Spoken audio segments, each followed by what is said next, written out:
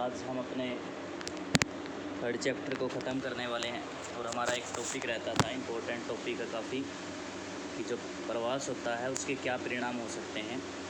और ये क्वेश्चन आपका 3 नंबर का आता है, तो आप लोग याद करेंगे इसको कि भी मतलब ऐसे नहीं कि सारे परिणाम नहीं पूछे जाएंगे, वो आपको किसी एक बेस के ऊपर परिणामों की बात करेगा कि भाई या तो आप आर्थिक परिणामों के बारे में बताएं, या जनांकीय परिणाम बताएं, या फिर सामाजिक परिमाण बताएं कि भी यदि माइग्रेशन होता तो उससे क्या होगा। अभी हम स्टार्ट करते हैं कि भी प्रवास जो है क्षेत्र में अवसरों को असमान वितरण के कारण होता है।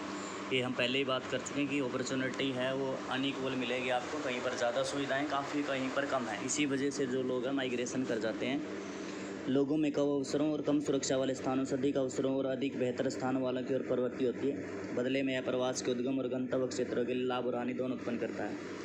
परिणामों को आर्थिक, सामाजिक, सांस्कृतिक, राजनीतिक और जनांकीय संदर्भ में वर्णन कर सकते हैं। उसके बाद है कि जो माइग्रेशन है, जिस स्थान से हम स्टार्ट करते हैं उसके बाद जहाँ पर दूसरे स्थान पर चले जाते हैं तो एक को फ़ायदा होता है, एक को नुकसान होता है। उनके बेस के ऊपर हम इनको क्या है, आर्थिक तौर पर, सामाजिक तौर पर, सांस्कृतिक, राजनीतिक और डेमोग्राफिकल जनांकीय के तरीके से हम देखते हैं, इसको डिफ़ाइन किया जा सकता है। तो हम जो स्टार्ट करने वाले हैं वो ये है कि भी आर्थिक परिणाम क्या होते हैं। तो उद्गम प्रदेश के मुख्य लाभ प्रवासियों द्वारा भेजी गई हुंडियाँ हैं। अंतर्राष्ट्रीय प्रवासियों द्वारा भेजी गई हुंडियाँ विदेशी विनिमय के प्रमुख स्रोत में से एक है। सन 2002 में भारत में अंतर्राष्ट्रीय प्रवासियों की हुंडियों के रूप में 110 खरब अमेरिकी डॉलर प्राप्त किए गए थे। थोड़ा सा आगे बढ़ने के से पहले हम थोड़ा सा समझ लेते हैं। देखो क्या होता है कि भी जो लोग यहाँ से उठकर इस स्थान पर चले गए, हमारा ये कोई देश था, ए से बी के अंदर चले गए, तो आर्थिक रूप से क्या प्रभाव पड़ता। जो यहाँ पर गए थे तो सभी तो नहीं गए, इनका परिवार यहीं पर रह गया, तो इन परिवार को क्या है, ये हुंडियों के रूप में क्या करते हैं, पैसा वापस देते हैं। और वही पैसा क्या है, जो है उसका मतलब क्या है, विनिमय का एक स्रोत बनता है। वो पैसे के रूप में जो आर्थिक मदद होती है वो उसके परिवार तक पहुंचती है। और जब ये एक देश में काम कर रहे हैं तो यहाँ पर इनकी करेंसी को ही आप क्या कर पाएंगे, ये कलेक्ट कर पाते हैं, तो उसको क्या फिर ये हमारे यहाँ पर भेज देते हैं।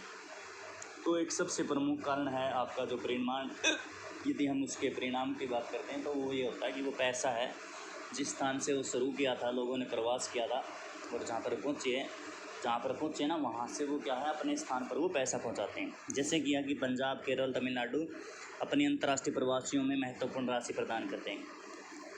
अंतर्राष्ट्रीय प्रवासियों की तुलना में आंतरिक प्रवासियों द्वारा भेजी गई हुंडियों की राशि बहुत ही थोड़ी होती है, किंतु उद्गम क्षेत्र की आर्थिक वृद्धि में महत्वपूर्ण भूमिका निभाती है। अब क्या होता है कि अंतर्राष्ट्रीय प्रवासी होते हैं वो तो बहुत ज़्यादा पैसा देते हैं, जो हुंडियाँ भेजते हैं वो बहुत सारा होता है, लेकिन क्या कि किंतु ये उद्गम क्षेत्र की आर्थिक वृद्धि में महत्वपूर्ण भूमिका निभाता है। देखो बिल्कुल सही बात है कि जो लोग यहाँ पर मान लीजिए इस बीच स्थान पर गए हैं, वो किसी न किसी कारण गए हैं, यहाँ पर सुविधा नहीं है, रोज़गार नहीं है, फिर पैसे कम मिल रहे हैं, तो इसी वजह से जो माइग्रेशन उन्होंने बीच स्थान के ऊपर किया था तो वो ए स्थान से बेहतर स्थिति में ही देखने को मिलेगा, इसलिए तो ही उन्होंने वहाँ पर माइग्रेशन किया। तो वो पैसा है वो उनको बहुत ज़्यादा मात्रा में देता और यहाँ की जो डेवलपमेंट के लिए वो बहुत ही ज़्यादा सहायक होता। भाई हुंडियों का प्रयोग मुख्यतः भोजन, ऋणों की अदायगी, उपचार, विवाह, बच्चों की शिक्षा, कृषि निवेश, गृह निर्माण इत्यादि के लिए किया जाता है। अब जो पैसा यहाँ से बी स्थान से आया है ए स्थान की तरफ, तो वो प्रयोग क्या करेंगे। देखो प्रयोग कुछ भी हो सकता है। हम बात करेंगे जैसे बच्चों की फीस भी देनी होगी, अदायगी आपको ऋणों की करनी पड़ेगी, भोजन सबसे प्रमुख है, आप कृषि में उसका उपयोग कर सकते हैं, आप अपना घर बना सकते हैं, विवाह शादियों में उपयोग कर सकते हैं, और अदर एक्टिविटीज़ होती हैं हमारे घरों के अंदर, तो वो सारी की सारी क्या उन हुंडियों के रूप में जो पैसा आया उसको हम उपयोग करते हैं। भाई बिहार, उत्तर प्रदेश, उड़ीसा, आंध्र प्रदेश, हिमाचल इत्यादि के हज़ारों निर्धन गाँवों की अर्थव्यवस्था के लिए हुंडियाँ जीवनदायक प्रदान करती हैं। पूर्वी उत्तर प्रदेश, बिहार, मध्य प्रदेश और उड़ीसा के ग्रामीण क्षेत्रों से पंजाब, हरियाणा, पश्चिमी उत्तर प्रदेश ग्रामीण क्षेत्रों में प्रवास की कृषि के विकास के लिए हरित क्रांति की कार्य योजनाओं की सफलता के लिए उत्तरदायी है।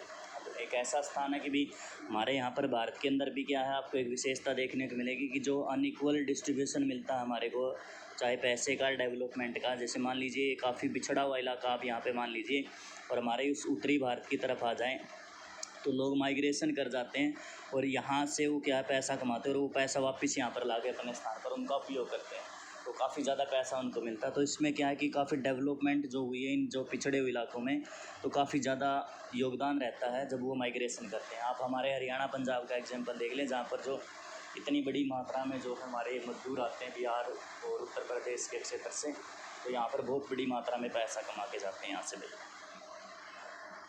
इसके अतिरिक्त नियंत्रित प्रवास ने भारत के महानगरों को अति संकुलित कर दिया है। महाराष्ट्र, गुजरात, कर्नाटक, तमिलनाडु, दिल्ली जैसे औद्योगिक दृष्टि से विकसित राज्यों में गंदगी बस्तियों का विकास देश में अनियंत्रित प्रवास का नकारात्मक परिणाम है। अब ये सारा का सारा पॉजिटिव पॉइंट की बात कर रहे थे, लेकिन एक छोटा सा नेगेटिव पॉइंट आपको देखने को मिल रहा है। जैसे जैसे लोग जा रहे हैं तो वहाँ पर क्या है, गंदगी बहुत ज़्यादा फैला रहे हैं। तो आप कह सकते हैं कि जो बस्तियाँ होती हैं तो स्लम्स, आप समझते होंगे, स्लम्स होती हैं, गंदी बस्तियाँ होती हैं, उनकी डेवलपमेंट बहुत ज़्यादा हो जाती है और वो अनियंत्रित तरीके से आपको देखने को मिलती है।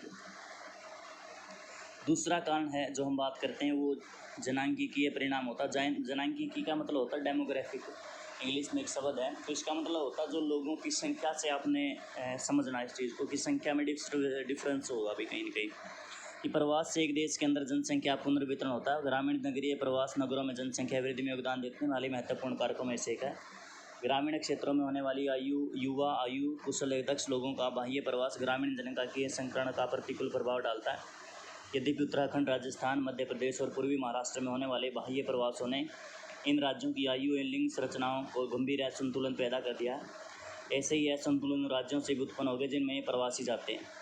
प्रवासियों के उद्गम और गंतव्य स्थानों में लिंग अनुपात असंतुलित होने के क्या कारण हो सकते हैं। अब देखो बहुत सारी समस्याएं हैं जो हो सकती हैं। अब दो चीज़ें हैं जहाँ से वही दोबारा से आते हैं, हम ए और बी के ऊपर आ जाते हैं कि भी एक से यहाँ से उठ के गए, यहाँ पर गए, तो यहाँ से जब लोग गए हैं तो यहाँ से जो संख्या है वो माइनस हो गई।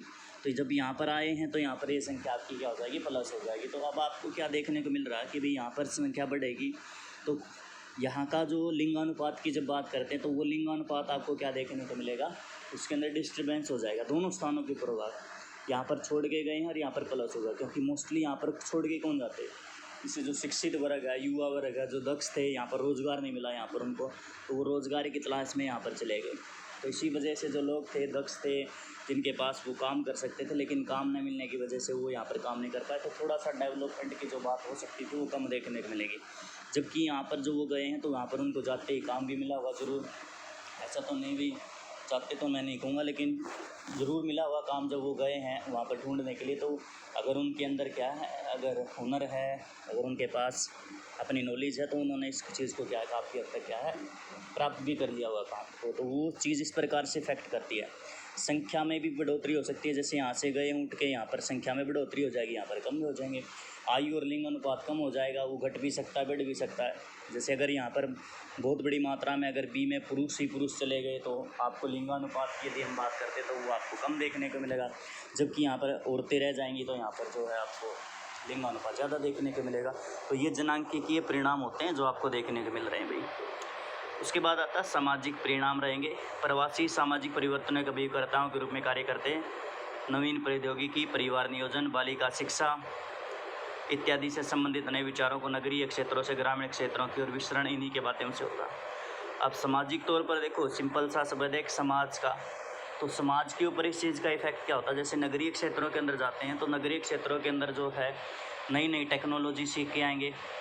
अपना परिवार है, जैसे कि बहुत सारे जो बच्चे होते थे पहले, तो उन बच्चों को मतलब कम पैदा हों, तो इस प्रकार की जो थॉट्स है तो वो आपको क्या देखने को मिलेगी, वो यहाँ पर आपको देखने को मिलेगी जो यहाँ पर करते हैं, सॉरी भाई।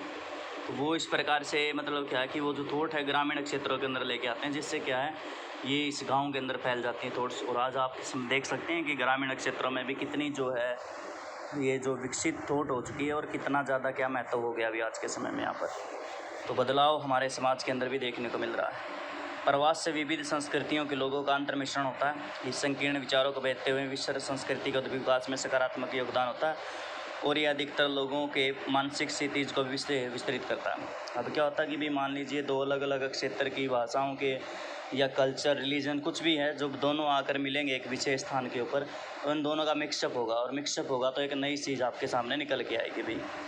किंतु इसके गुमनानी जैसे गंभीर नकारात्मक परिणाम भी होते हैं जो व्यक्तियों में सामाजिक निर्वात, खिन्नता की भावना भर देते हैं। खिन्नता की सद्भावना लोगों को अपराध, औषध दुरुपयोग जैसी असामाजिक क्रियाओं के पास में फंसने के लिए भी प्रेरित कर देती है। अब ये तो क्या है आपका पॉजिटिव पॉइंट है, लेकिन इसके साथ साथ कुछ नेगेटिव भी चीज़ें हो सकती हैं, जैसे कि भाई हो सकता है जो एक विशेष प्रकार का ग्रुप आपके शहर के अंदर आया तो आप लोग हैं उससे घृणा करने लग जाते हैं, उनको क्या है मतलब खिन्नता से देखने लग जाते हैं, उनको पसंद नहीं करते।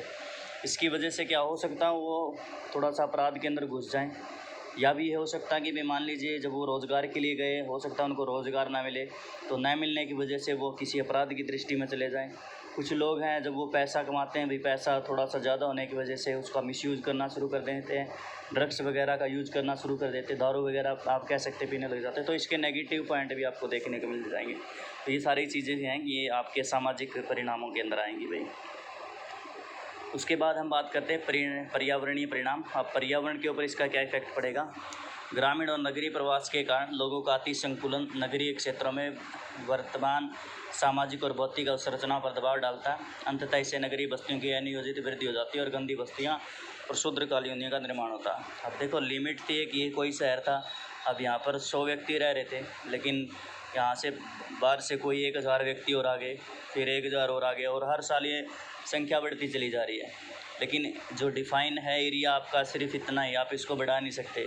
तो इसी वजह से दबाव बढ़ता चला जा रहा है। और लोगों के लिए जो रहने की सुविधाओं की बात करते हैं तो वो क्या आपको नहीं देखने को मिलेगी, और जो गंदी बस्तियां हैं वो गंदी बस्तियां आपको शहर के अंदर वो विकसित होना देखने को मिल जाएंगी भाई। इसके अतिरिक्त प्राकृतिक संसाधनों के अतिदोहन के कारण नया नगर भूमजल स्थल के अपक्षय, वायु प्रदूषण, वाहित जल के निपटान के ठोस कचरे के प्रबंध जैसी गंभीर समस्याओं का सामना करना पड़ेगा। आप जैसे पर्यावरण से रिलेटेड है तो पर्यावरण को आप कैसे भूल सकते हैं, जैसे वायु प्रदूषण या फिर जो वेस्ट वाटर होता है उनको निकलने का रास्ता नहीं मिलता, वो शहरों के एक साइड में निकलना शुरू हो जाते हैं। और जो जैसे स्लम्स होती है ना, वो स्लम इसी प्रकार से विस्तृत होते हैं। जैसे कोई शहर का जो गंदा पानी होता है शहर के किसी एक किनारे के ऊपर क्या वो एकत्रित होने लग जाता है, तो ये बेचारे क्या करते हैं इन किनारों के ऊपर ही रहना शुरू कर देते हैं, क्योंकि इनको और जगह तो मिलती नहीं, तो यहीं पर रहना शुरू कर देते हैं। तो ये इस प्रकार की समस्याएं भी आपको वहाँ पर देखने को मिलेंगी। और जैसे जैसे संख्या बढ़ेगी तो वही आपका वायु प्रदूषण की बात कर सकते हैं, जल की बात कर सकते हैं, तो ये तो आपका बढ़ेगा ही बढ़ेगा भी। कुछ और भी हैं। प्रवास विवाहजन्य प्रवास को छोड़कर भी स्त्रियों के जीवन स्तर को प्रत्यक्ष अथवा परोक्ष रूप से प्रभावित करता है। ग्रामीण क्षेत्रों में पुरुष वर्णात्मक बाह्य प्रवास के कारण पत्नियां पीछे छूट जाती हैं, जिससे उन पर अतिरिक्त शारीरिक और मानसिक दबाव पड़ता है। शिक्षा और रोजगार के लिए स्त्रियों का प्रवास उनकी स्वायत्त और अर्थव्यवस्था में उनकी भूमिका को बढ़ा देती है, किंतु उनकी सभ्यता भी बढ़ती है।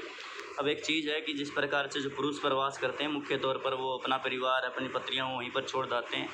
अब जैसे पुरुष चला गया तो जो सारा काम होता है शारीरिक रूप का कार्य होता है, वो आप कह सकते हैं शारीरिक और मानसिक तौर पर जो है घर की रिस्पॉन्सिबिलिटी है वो एक महिला के ऊपर आ जाती है, तो उसको ये थोड़ा सा एक्स्ट्रा बर्डन उसके ऊपर देखने को मिलता है। और दूसरी बात, यदि शिक्षा रोजगार के लिए जो स्त्रियाँ होती हैं वो अपनी इच्छा से यदि बात करते हैं कि वो प्रवास किया है, अपनी इच्छा से अगर करने देते हैं प्रवास, तो अर्थव्यवस्था में जो उनकी जो भागीदारी होती है वो बहुत ही ज़्यादा होती है अभी। तो मतलब क्या है, बहुत ही बढ़ोतरी के लिए संकेत होते हैं किसी अर्थव्यवस्था के लिए। स्रोत प्रदेश के दृष्टिकोण से यदि हुंडिया प्रवास के प्रमुख लाभ है तो मानव संसाधन विशेष रूप से कुशल लोगों का ह्रास उसकी गंभीर लागत है।